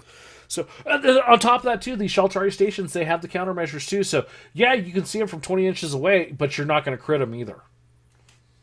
With close action. With a 4-up. With a 4-up. Yeah, that too. That's 50% chance. The Scourge one is still, for the points, the Scourge one is still the best. I think the Shuriken is second best, followed by either your Defense Halo or the Orbital Pickets, the small ones for the PHR. Yep, yeah. Probably the Outpost, just because of the burn through that you have. Yeah. Granted, those neutron missiles would be nice, but again, that's close action, so you can't do anything until they get close. Yeah, it'll probably be that orbital outpost. Not being fully up on the rules, the Shaltari don't have tractor beams yet, do they? Because that would make the anchor. Not yet, but they pretty much do with the stinking anchor. Well, no, you have the anchor there. Like, I'm going to use my tractor beam and pull your ship in. Oh, now it's only. That's pretty much what the grav hook is doing. I can't go as fast going out. Yeah, but no, like specifically pulling a ship into the anchor's range so that it can only station keep. That would be broken. Yes, I agree. Like, I have like my entire fleet that I can't do anything with because it's all station keeping right now. It's stuck. Oh. That's when the PHR turns all broadsides and just fires everything at the stinking anchor. No, you can only do station keeping. Station keeping allows you to turn. Does it allow you to shoot? I don't think it does it? I think you can shoot one weapon because you're able to turn. Okay. So I turn all my broadsides towards it and shoot at the dang thing. With my 4-up countermeasures. I know, right? Stinking thing. Oh. Drill hole. These stations are really cool. I honestly think though that the anchor, the points they have to be wrong on that. You cannot have that for 75 points. That has to be 150 points at least. That shuriken. Just wow. Actually, look at the picture of the how the disintegrator bank works now after looking at the space station. Makes complete and total sense. All right. So back up and look at the rules. The fleet space stations. Though you may only take a single fleet space station this way. So are they talking about the ones that you can build and mod, or are they talking about any space station? Where are you talking? Very top where it says fleet space stations. You may play the points listed to include a fleet space station. These fleet space stations exist outside of your normal roster, though you may only take a single fleet space station this way. Are they talking about any space station, whether it's one that you build modular, or are they talking about the faction-specific ones too? That's a great question. That's something I think TT Combat needs to clarify, because I could see. My guess is it's a single one, no matter if you're taking a faction specific or one that you're going to modular build. Yeah, that is a great question. I would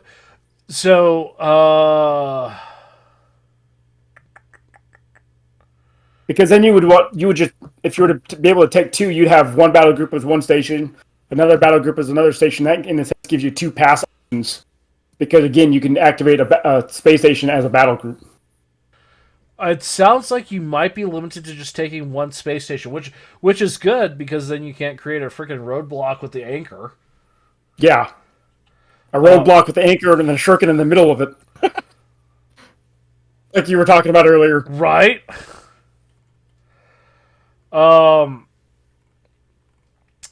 See, I think there needs to be a lot of clarification on that yet, too, because then it's just like... because then that just changes, like, my opinion of the PHR. You know what I'm doing? Take the defense halo. Sure, it's 145 points. You got that big burn through. Done. Like, yeah. the orbitals, the picket and the outpost, they don't even come into play then at that point. If you're going to spend the points of the big one, get the bigger gun, get the more hull points. I think there needs to be like one large or two small, something like some kind of clarification on the number of. Well, it's the same thing like capital ships, right? You can take a dreadnought, right? And you can take all this other stuff, but like everything, it's like you start the big ships and you move your way out. Like you typically have more of the smaller ships. I think there needs to be a huge rule clarification on that of. All right, you can take one large, maybe two mediums. Or like one large, or medium, and then like two small. Yeah. Some combination, something like that. Yeah. Because otherwise, too, that also, as great as that space station is for the Scourge, I think that's also very limiting, allowing them to only take one. Then, I'm sorry, if I'm a Scourge player, I want two of those, and a Scourge player having two of those, I don't think that's going to imbalance gameplay any at all, really. Maybe for some UCM and other Scourge and some PHR Shaltari, that's not going to imbalance. It's gonna make the Shaltari player actually work harder. Yeah. I mean, especially because you're getting a bloom too. Not only are you giving them a flash, but you're getting a spike too, because you have bloom. So you're your signature is going to go up by 6 inches, so it's going to become 12 after you shoot it. So, yeah, I don't think that would hurt the Scourge player by having 2 on the board. No, absolutely not. Even with that bloom spike. Especially at 85 points. If you could, I would say, if you could take 3, take 3. Yeah. I mean, but yeah, I think we need some clarification based on the rule up top of only 1. What does that mean specifically? Like, honestly, like, why have different sizes that if you can only take 1? Why have different modularity? Why have, in the case of the Shaltari, why have move, manipulation, and gun platforms? I'll tell you this right now. If I can only have 1 space station, I'm taking the Shuriken. Period. That's 360 shots, all, pretty much the all the way around the board. Yeah. So, alrighty. Let's go on to Tournaments, demos, conventions, that kind of stuff. That's that. We have Pasco County Gaming Extravaganza the 5th through 6th of May at Land Lakes Recreation Center in Florida, USA. That's just down the road from me. Okay. How far away is that from you? Are you going? Not far, but my parents are flying into town on Tuesday. So? Mom and Dad, a convention. Yeah, I don't know. Plus, we're going to Disney World. How many times have you been to the convention, Socks? Once. That was Gen Con. Okay. Well, no, like this one. How many times have you been to it? Oh, this is the first time I've ever heard of it. Okay, so 0. How many times have you seen your parents?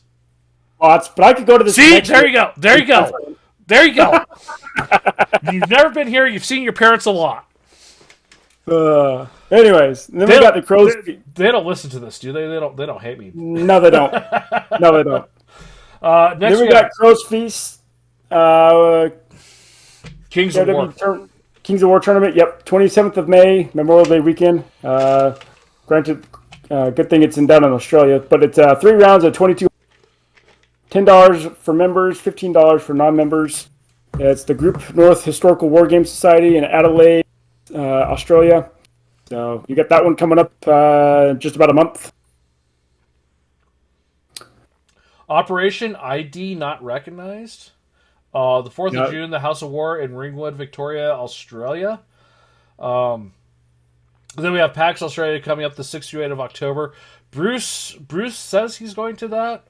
Per the conversation, his work schedule will change, so that might be a thing for him that he will actually be able to attend. He said he was getting tickets, so I hope he's able to get tickets. And finally, we have Northern King Kong, which is the 24th through 26th of November in Ossett, West Yorkshire. That's 55 pounds, includes a hot lunch Saturday and Sunday. So, 55 pounds for the weekend, and they feed you both days. That's not too bad. It's not bad.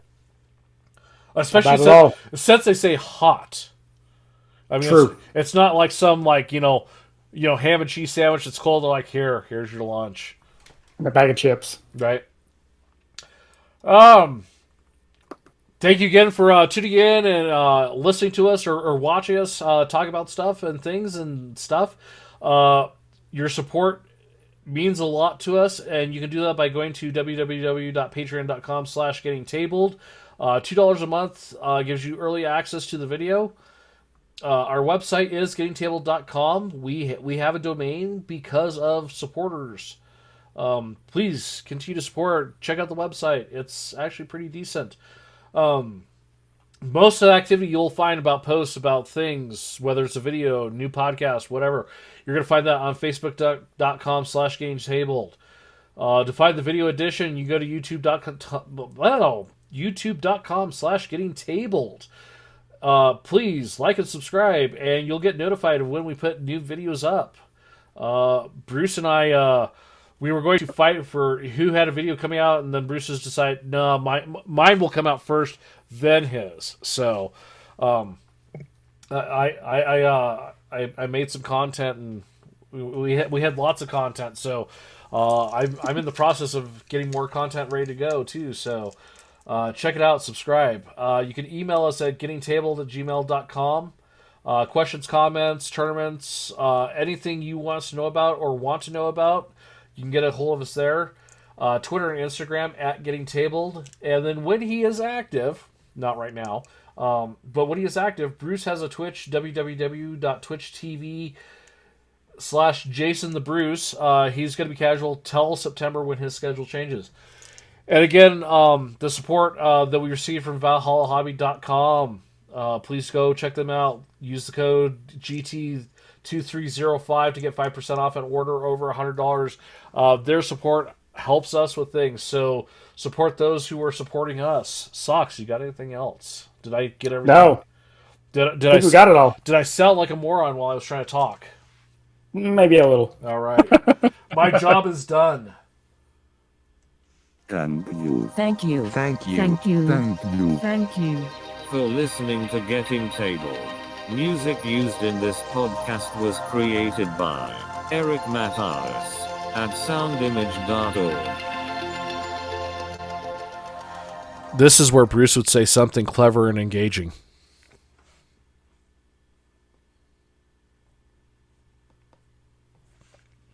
Yep.